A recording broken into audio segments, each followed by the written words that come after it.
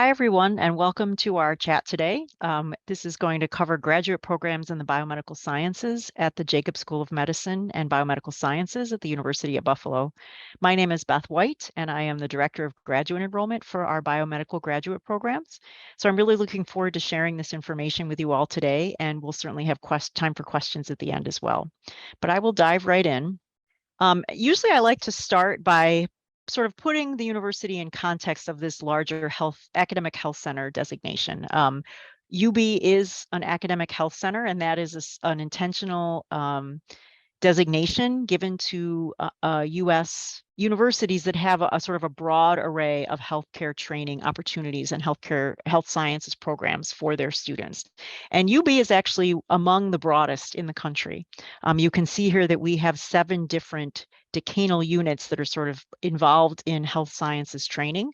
And that includes sort of the obvious ones like the medical school and the dental school, the School of Nursing, but then others that you might not necessarily think about, such as the School of Pharmacy, our School of Public Health, which has things like training in physical therapy, occupational therapy, as well as the MPH degree. Our School of Social Work, since social workers more and more are part of healthcare teams. And Roswell Park Cancer Center, which is a cancer hospital in Buffalo that also provides graduate training in cancer sciences at the master's and PhD level. So all of these units at UB sort of work together. Me and my colleagues, in the area of admissions and recruitment will work together and recruit under this banner, because you're not just coming to UB to train to become a doctor or to become a research scientist or to become a social worker. You'll be here to learn what it's like to work on a healthcare team in action. And our interprofessional education office is a very important part of that.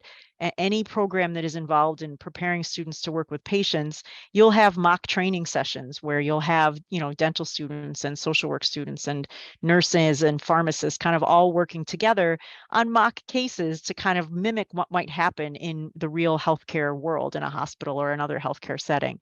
And that's a really valuable part of student training that I think you won't necessarily find at an institution that may offer medical training or a pharmacy school, but may not have this sort of full complement of healthcare training programs like we do at UB. So that's a really big benefit. The other thing that's important about being a academic health center is that it sort of put us together to help us achieve, landmarks in funding. Probably about 10 or even close to 15 years ago now, we were one institution among 16 that year that received a prestigious NIH grant in clinical and translational medicine. And we received that grant in part because this infrastructure was already in place.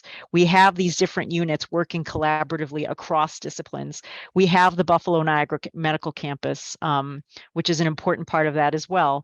I'll talk about this a little bit more later in the session, but in 2018, the medical school moved into a new facility on the Buffalo and Niagara Medical Campus, which is in downtown Buffalo.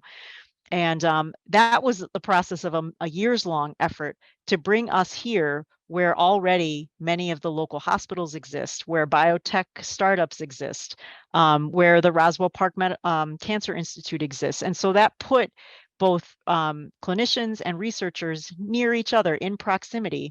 And that's true for our students as well, so that we could be tackling this sort of bench to bedside idea of medicine and healthcare in a little more intentional way. And so, all of these things are in place, and these advantages come to our students because of the work that's been done going back probably a good 15 years or so to really make sure that we are not operating in silos and that we're all working together to improve the health of our community. And along those same lines, diversity and equity and inclusion, of course, have been very important buzzwords, I think, nationally.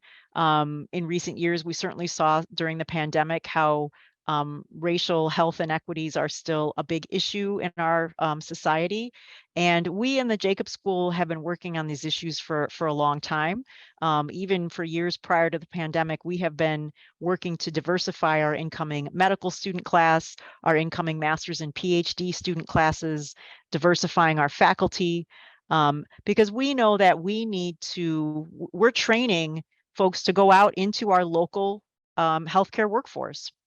So if we want to have more physicians of color in Buffalo, we need to make sure that we're bringing in students of color into our MD program. So we've been working hard on that.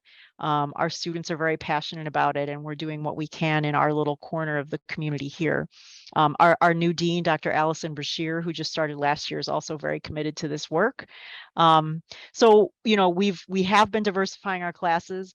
You can't just bring students in the door, though. We also have had to work very hard to make sure that our learning environment is an inclusive one and a supportive one for students, so that there's a community here that really will help ensure that students of all backgrounds will be successful.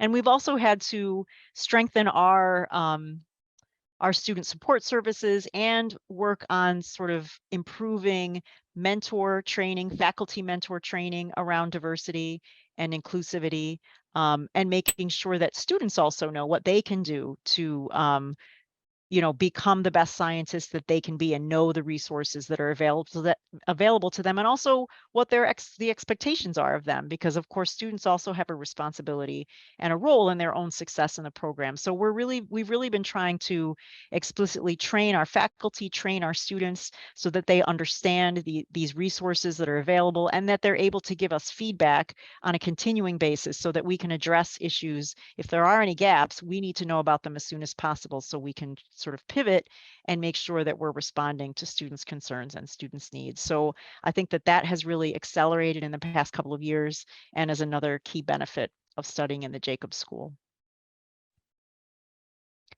So at this point, I will just quickly kind of give a quick and dirty overview of the different programs that we offer. You know, certainly we have the MD degree. Obviously, we are a medical school, so that's sort of a foundational degree that we do offer here. Along with just the straight MD program, we have combined degrees like the MD PhD, the MD MBA, and the MD MPH. So all of those are opportunities for students who may want to combine degrees to give them deeper training in other areas. And then we also have graduate programs at both the PhD and the master's level. And in the biomedical sciences, sort of our model is you can explore, or you can be more focused.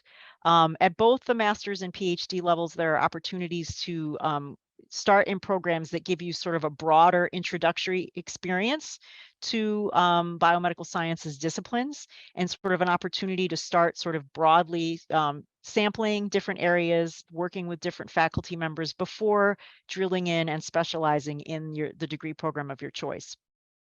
So those are options as well. But at the master's level in particular, there are many students who come in knowing that they want to study in a particular discipline, and then we have the programs to support that. So this slide lists some of those degree program opportunities that students can pursue here if they want to specialize. The interdisciplinary programs, particularly at the PhD level, allow students to kind of start broad and then focus. So I'll talk about that a little bit more as we take a deeper dive into some of these programs. And we'll start by talking about the MD PhD. This is, of course, training for students who wish to become physician scientists.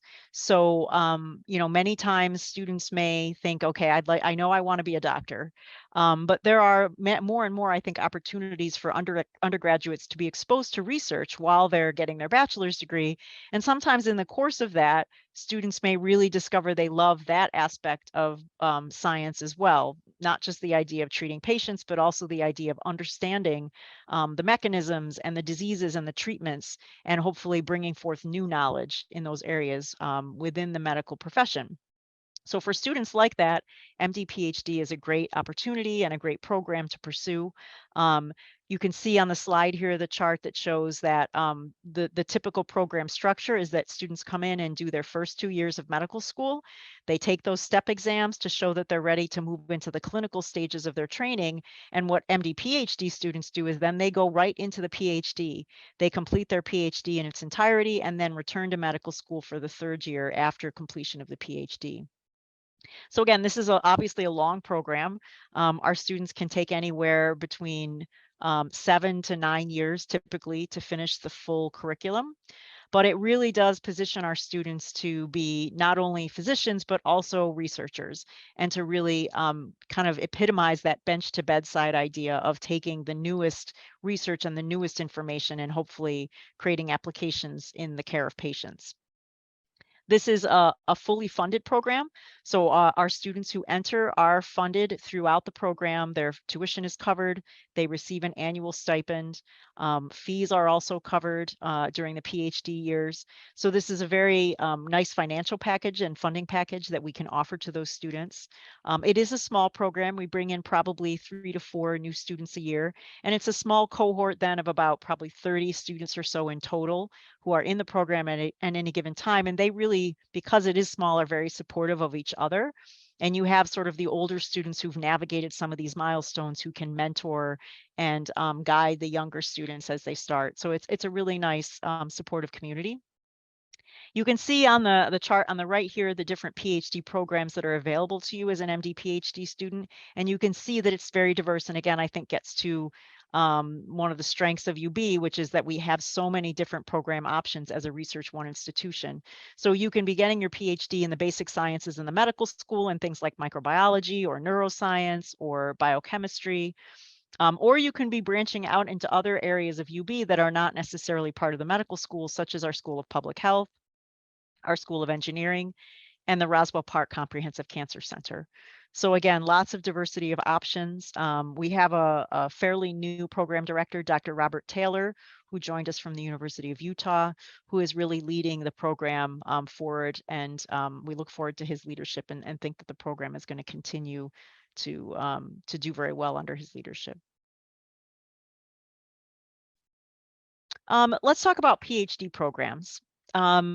So, I think students maybe who are getting bachelor's degrees also, maybe you have ruled out that that perhaps medical school and treating patients is not the path that you're going to take in sort of this biomedical STEM avenue. And certainly there are many other avenues that you can take. You may think about a PhD. You may know that you love science, that you're strong, you're good at it, you've done research. Do you get a PhD? Do you go on for a master's degree? Like, what should your next step be after you finish your bachelor's degree? Many students will consider a PhD. Why would you do that? What benefits does it bring to you? Certainly, if you have had research experience as an undergrad, you can come out with a bachelor's degree and enter right into the workforce. And you could be working in a position in a laboratory or an industry where you are applying techniques, where you are performing experiments. You're going to have that skill set when you have left your bachelor's degree because of the research experience you gained. What a PhD will give you is sort of the next level of training, so that you're not only going to be applying techniques, but you'll then be refining those techniques and ultimately innovating. That would be what a PhD level scientist would be trying to do, is innovate new techniques, new therapies, new treatments that would improve patient care. By the same token, you may be performing those experiments, but if you get the PhD, you would be able to then design those experiments and take leadership on those projects, drive a research project, and then have students and staff under you who are working as a team with you to kind of answer these questions and push forward with this new knowledge and new information that could inform treatments and patient care. So those are some of the reasons that people would go on for the PhD, to become sort of those leaders in their fields. And what kind of career paths can you do with a PhD? I think that it's probably very common for undergraduates to picture a PhD career path that looks very much like the faculty that they learn from at their institution. So, at UB, we are a Research One institution. Our faculty members are doing academic research. They are teaching classes, but they're also running a lab, training students, again, publishing, grant writing, those kinds of things. And that's sort of what they do, and that's what they understand best. And they also can train their students who hope to pursue that sort of academic research path. But that is not the only path available to you. And more we find that our students really are diversifying. The career paths in academia are not as robust as they once were, and students probably need to be a little bit more creative in thinking outside that box. There are other paths in higher education that can be an option. I mean, many of our graduates have gone on to become faculty at liberal arts, 4-year level institutions where they're doing more teaching, probably a little bit less research or maybe no research at all. And that's certainly a viable path. Also, we have students, though, who are going into other fields altogether outside of higher ed. Working in industry and your pharmaceutical firms or in biotech companies, going into government agencies like the National Institutes of Health, the American Heart Association, the American Cancer Society. These are the funding organizations, and they need scientists who are able to vet and evaluate applications for funding. So we've had students go into those agencies. Our government also is doing research. Certainly, we all heard a lot about the CDC during the pandemic. But other agencies like the EPA, the FDA, all need scientists to sort of run labs, to run government labs, and also to help implement the policies that are affecting our society. Science education and policy is a growing field, and we have more and more students who are interested in this area. Certainly, again, I think in the pandemic, we saw that there was a high level of distrust in some cases of the public, of trusting science and trusting the process of science and trusting scientists. And I think there are a lot of science educators who want to go out there now and sort of do a better job of informing the public about science, how it works, what the basic principles are. And so we see more students wanting to do that now. We've had some students who are using social media in really positive ways to kind of counteract some of the disinformation and negativity that exists online. So that's something that it is interesting to me to see how many students are really thinking along those lines about career paths now. Scientific writing or being a science editor is another option for PhD trained scientists. Also, intellectual property. We've had students who go on perhaps for a law degree and then could be working on things like patent law. So these are all good paths for students to think about that are beyond sort of the traditional, I'm going to become a professor type of career path that sometimes students can only see when that's all they know. We will also prepare you here professionally for these different paths. That's something that we've been working very hard on to create a better curriculum outside of the academic curriculum that would prepare students for professional development, career design, career services, knowing how to make connections and getting internships to help you find out whether some of these paths might be the right choice for you. So that's something that I think in the coming years, it's something that we've been trying to strengthen. I don't know that we've had as strong a service here as we'd like, but that it's something that with our new dean, we're really committed to improving our work on. So I think in the coming years, you'll see that that's a much better opportunity for you if you were to enroll in our programs. So let's talk specifically about the PhD program in biomedical sciences. So this is our main entry point for PhD students in the medical school. And I'll just kind of quickly show you our curriculum.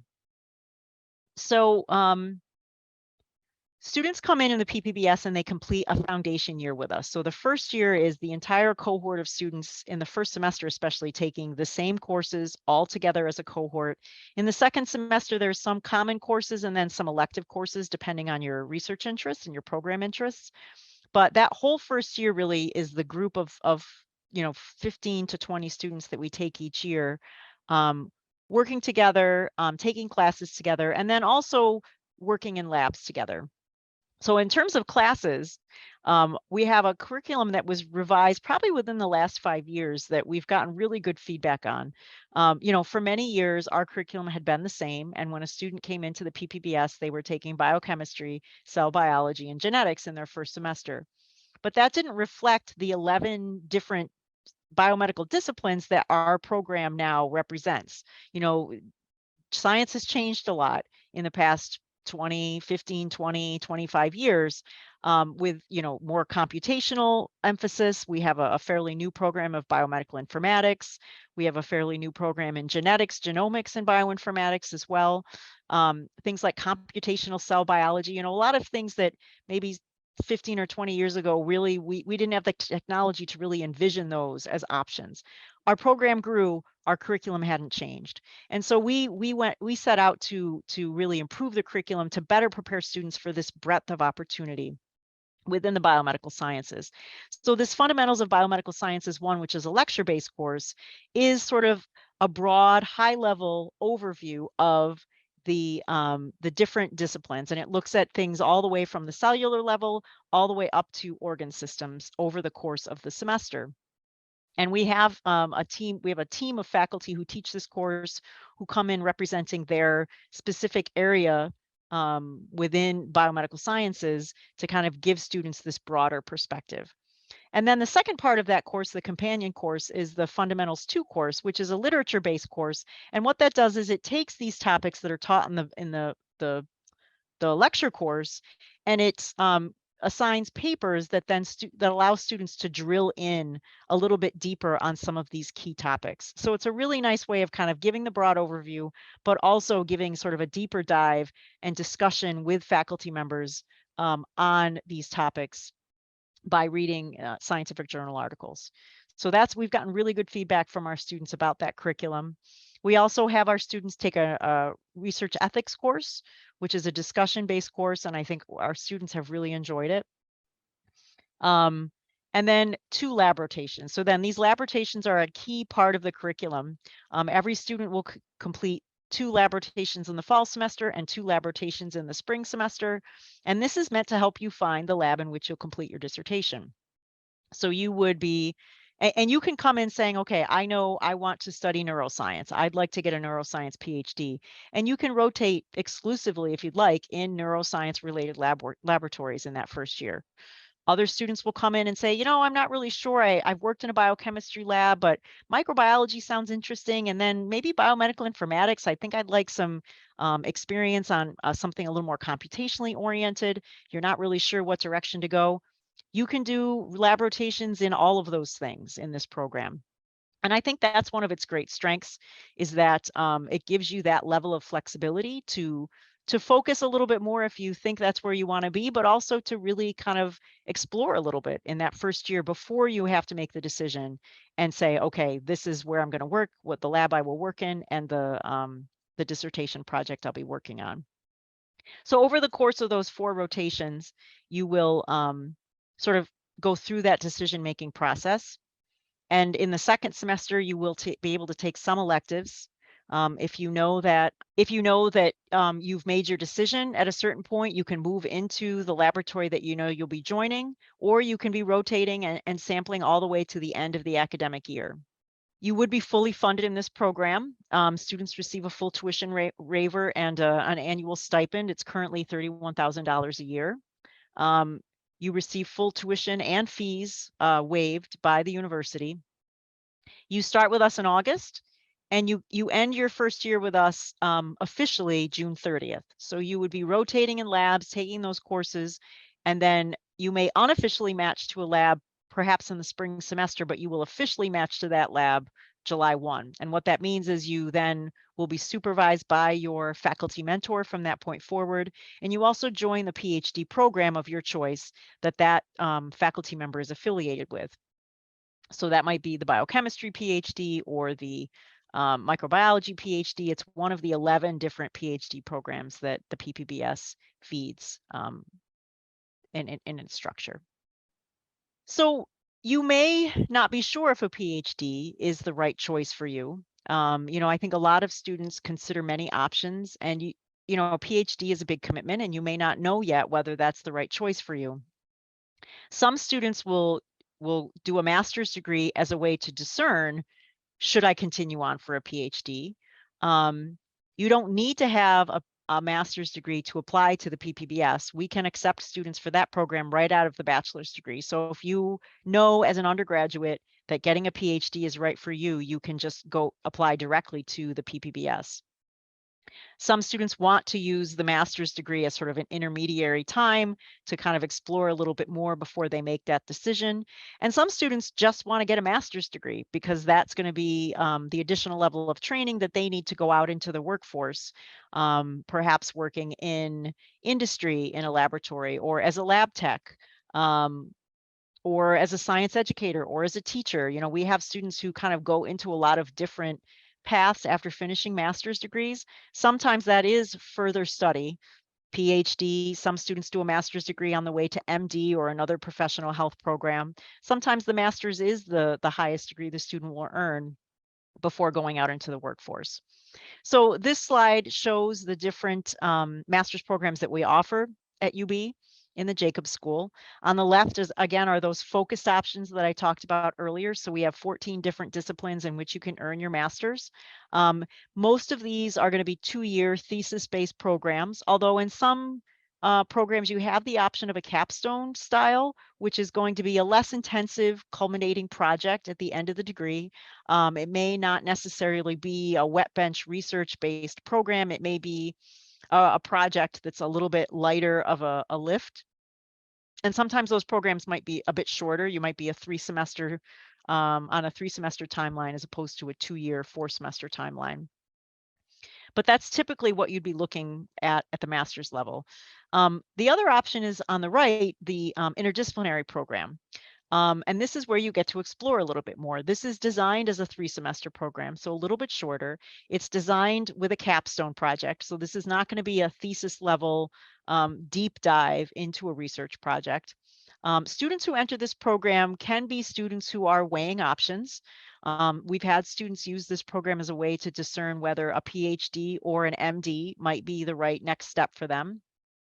We've also had students use this program as a way to sort of address any deficiencies in their application before they get ready to apply for a competitive PhD or MD process. And that could be that, you know, maybe as an undergraduate, you had a semester or two where your grades were not where they needed to be, or overall as an undergraduate, you may have been struggling and your grades weren't as strong as you hoped.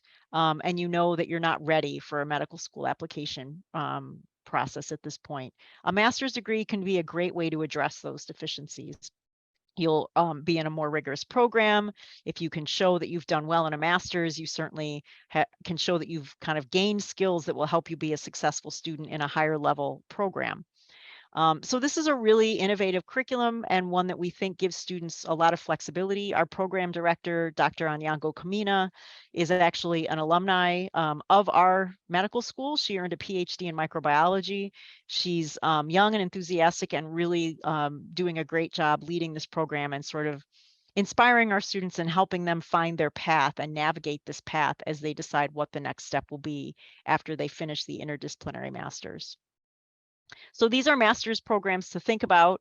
The other thing to know about master's study is that at the master's level, we do not have the same funding model available. So if students come with us to study as master's students, you would be a self-funded student and making that investment for the 3 to 4 semesters needed to earn the degree.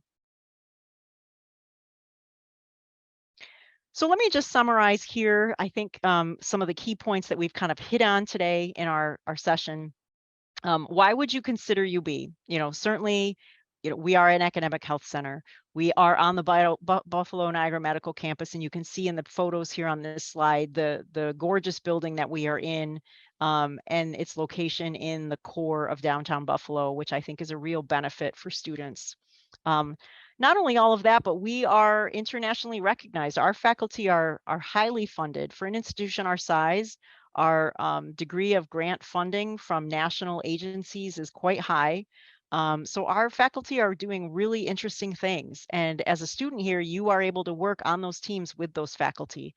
You know, we're also a small enough institution that you probably would work more closely with your faculty mentor if you were to come here as a master's or PhD student. You know, you're not going to be one of a team probably of 15 or 20 or more people in a lab. You're probably going to be in a fairly small group of people where you will have access to the faculty mentor and them as a leader on these projects. And I think that's a super strong benefit of our programs as well. That is, I think, part of what makes us so great, that we have this level of rigor where, you know, you're certainly going to be challenged in our programs, but you're going to get a fair amount of support. You're not just going to be on your own in sort of a more cutthroat environment. And I think that's why a lot of students choose our programs. I mean, we have students who are weighing offers from some big name, prestigious institutions around the country who are known leaders in healthcare. And UB may not have that same level of name recognition, but we provide a level of support and a level of collaboration, I think, that is really something that unique and special about our program. So that's something to think about as you're making decisions about where you'll apply and where you'll ultimately attend. And finally, I'll close by just giving you a sense for your next steps. So I hope that this session was helpful in kind of introducing you to some of the opportunities that you have in the Jacob School. If you want to learn more, I would encourage you to go to our website. I'll paste it in the chat. But on our site, you can join our mailing list. You can take a virtual tour and see our facilities. Take a look at our research. You can look at both faculty profiles, but also sort of these broader research areas that we have established to kind of show the interdisciplinary nature and collaboration across departments in the medical school and across campus. So take a look at all of that. If you join our mailing list, we'll keep you informed about events. We're always hosting webinars. We have in-person recruitment events and open houses and things that will be coming up. So take a look at that and understand that schedule. As it gets closer to the time for you to apply, which is probably going to be in the late fall semester or perhaps early in the spring semester of any given academic year, we'll have recorded application webinars for each of those different master's programs and the PPBS that I talked about earlier. So that would give you an opportunity to sort of see what the program director has to say about the program, what the program is about, what the application requirements are, how to submit a successful application. All of those questions are answered in those application webinars. Our site has also really helpful information and instructions, very detailed on how to submit your application. So we encourage you to apply. The application is open now for the next fall intake cycle. Most of our programs accept students in the fall semester only. Occasionally, though, there are some programs that will accept for spring, either on an ad hoc basis, or our biomedical informatics master's program recently decided that it will accept applications year round for both fall and spring semesters. So be sure to carefully look at the instructions for the program that you're interested in, because there may be variations on the terms in which you can apply and deadlines and application instructions. Those can vary a bit as well. On our website, you can drill down to find the contact information for the application coordinator and director for the program of your interest. So I encourage you to reach out to those folks too for further information. So I hope this has been helpful. Again, a high-level intro, lots more resources on our site that I hope you'll take advantage of. Please don't hesitate to reach out to my office. We are in the Office of Biomedical Education in the Jacob School of Medicine and Biomedical Sciences. My staff and I are here to support you and to answer any questions that you may have. So we hope you all have a great day.